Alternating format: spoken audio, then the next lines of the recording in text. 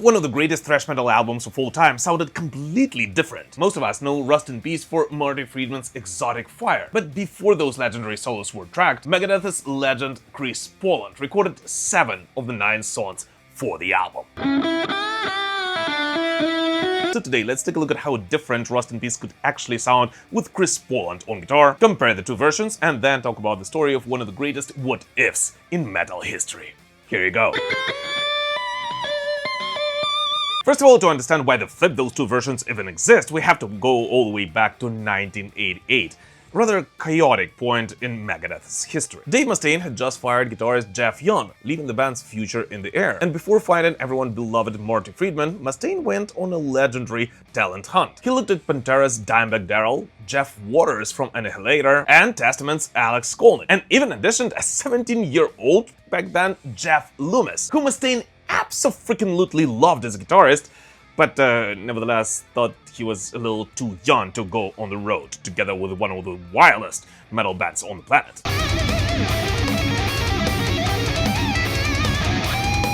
And so eventually Dave turned to a rather familiar face to every Megadeth fan: Chris Poland.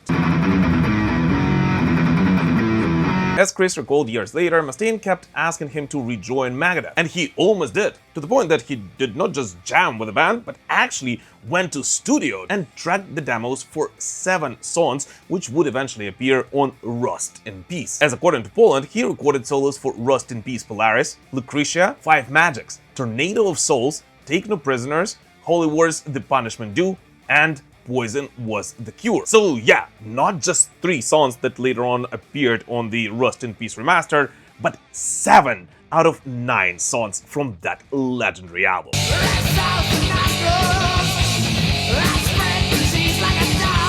And at that point, Chris Poland was already 99% sure he was basically back at Megadeth. But it was his manager, Johnny Hoffman, who had talked him out of this step. As according to Hoffman, this could have a detrimental effect for then already sober Chris Poland. And even Chris himself later on admitted that if he would have rejoined Megadeth back in 1988, he would most likely not survive even the first tour together with his former bandmates. And I was driving there with Janie Hoffman, my manager, and she's driving and she's going, "Chris, are you seriously going to join this band?" And I said, "I'm thinking about it." And she's like, "If you join the band, you'll be dead in a year." And so with Poland being out of the picture, Dave Mustaine decided to hire another guitarist, the one who had sent him a copy of his debut solo album Dragon's Kiss, and the one by the name of Marty Friedman, who would eventually of course record all of the solos for Rust in Peace, and, well, the rest is, of course, history known to pretty much every Megadeth fan.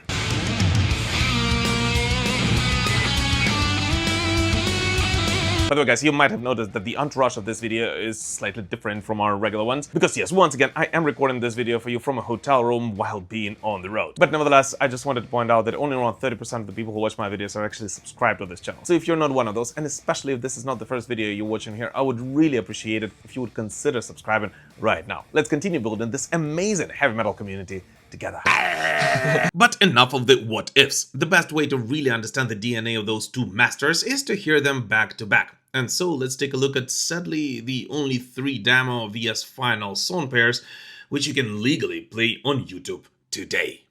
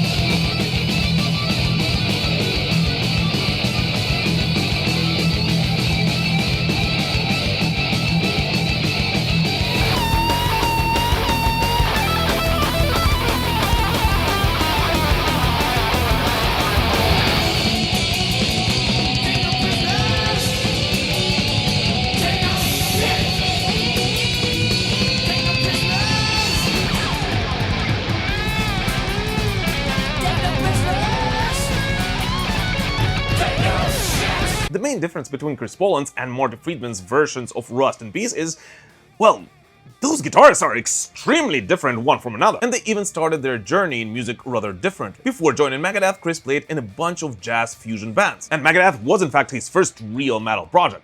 Whereas for Marty Friedman, who was inspired by Kiss and played in metal bands way before joining Megadeth, as well as even in the early days taking quite a lot of influence from Japanese music, metal was by far not something absolutely new by the time he met Dave Mustaine. And this difference did of course affect their style quite a lot, transcending into what we can see on Rust in Peace, with Chris Poland using intense legato, unconventional phrasing, fluid tone, and overall sounding more improvising and rather unpredictable. So basically sounding exactly what you would expect a jazz-influenced turned metal guitarist to do.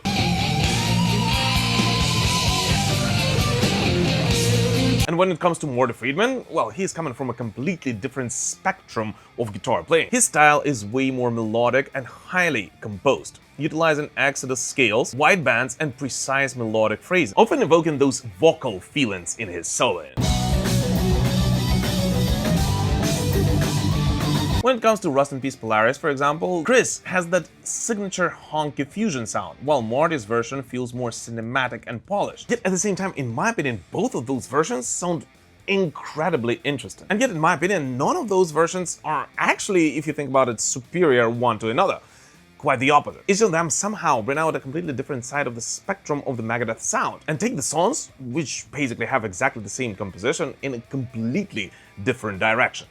Which kind of makes me wonder what the flip would have happened with Megadeth, Dave Mustaine, and thrash metal overall if Chris Poland would have rejoined Megadeth for Rust in Peace, and that legendary album would have come out with the Chris Poland versions of those solos and guitar phrasing overall. And that question, of course, does not really have a solid answer, but if we're being very honest, I actually think that it would not have played out quite as well from Megadeth as it did. And no, don't get me wrong, I absolutely love Chris Poland, and I absolutely love his versions of the Rust in Peace songs. But at the same time, if we're being very honest, the thing that made Rust in Peace so iconic is the precise composition of each and every one of those tracks. As Rust in Peace was never just about having a great guitarist, it was about having the right guitarist at that exact right moment. It wasn't just about speed or technique, Chris Poland had those in spades. It was about the compositional intent. Marty brought a neoclassical and exotic sense of melody that acted as the perfect counterweight to Dave Mustaine's jagged, aggressive riffing. While Chris often played around the beat with his jazz fusion fluidness, Marty played into the melody, making his solos almost as memorable as the vocal hooks themselves. But the real magic of Rust in Peace is that it wasn't a competition of who was better. It was a moment in time where all stars aligned perfectly. You had Dave's most focused songwriting, Nick Manz's powerful drumming, David Ellefson's lockstep bass, and Marty's cinematic, exotic phrasing.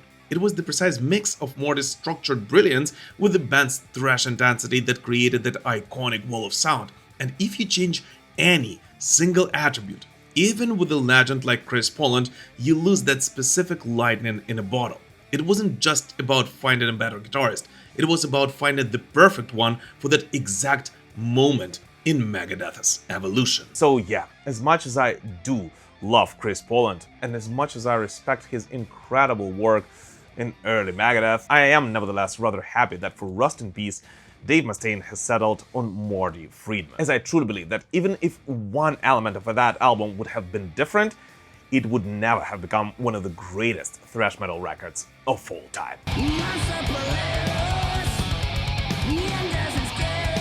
But anyways, what do you guys personally think about the Chris Poland versus Marty Friedman's versions of Rust in Peace material? Please let us know in the comments. As always, thank you so much for watching this short video, guys, and for all your support, and we will prevail. Slava Ukraini!